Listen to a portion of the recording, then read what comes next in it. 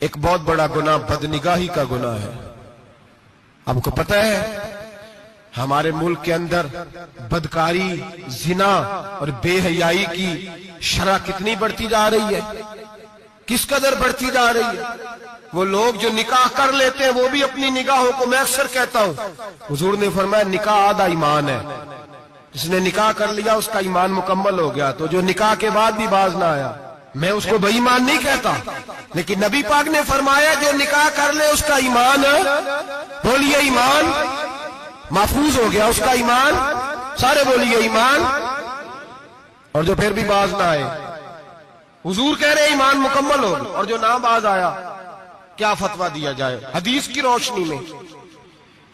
میرے نبی پاک کی بارگاہ میں عورتیں آئیں توبہ کرنے، بیعت کرنے، مسلمان ہونے.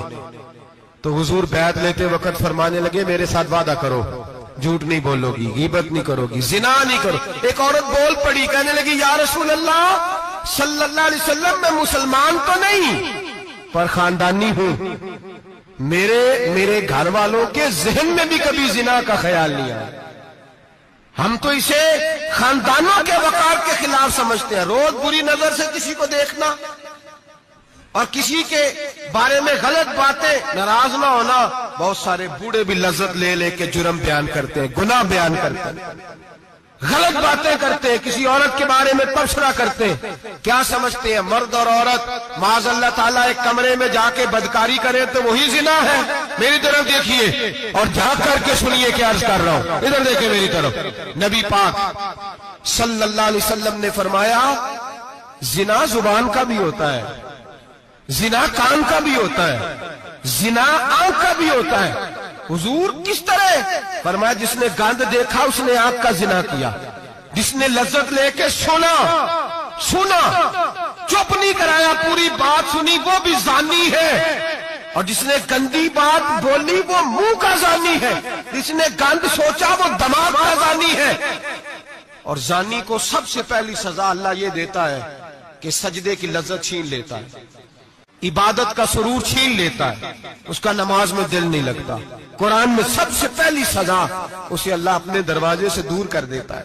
بھائیو آج ہمارے سجدے بے کیف ہیں، آج لوگ غلط جگہ پہ گھنٹوں بیٹھے رہتے ہیں. مسجدوں میں لوگوں کے دلوں کو گھبراہٹ ہوتی ہے، لوگ بھاگتے ہیں. میرے نبی پاک نے فرمایا تو نظر کو پاک کر لے، اللہ تیری عبادت میں لذت پیدا فرما دے گا.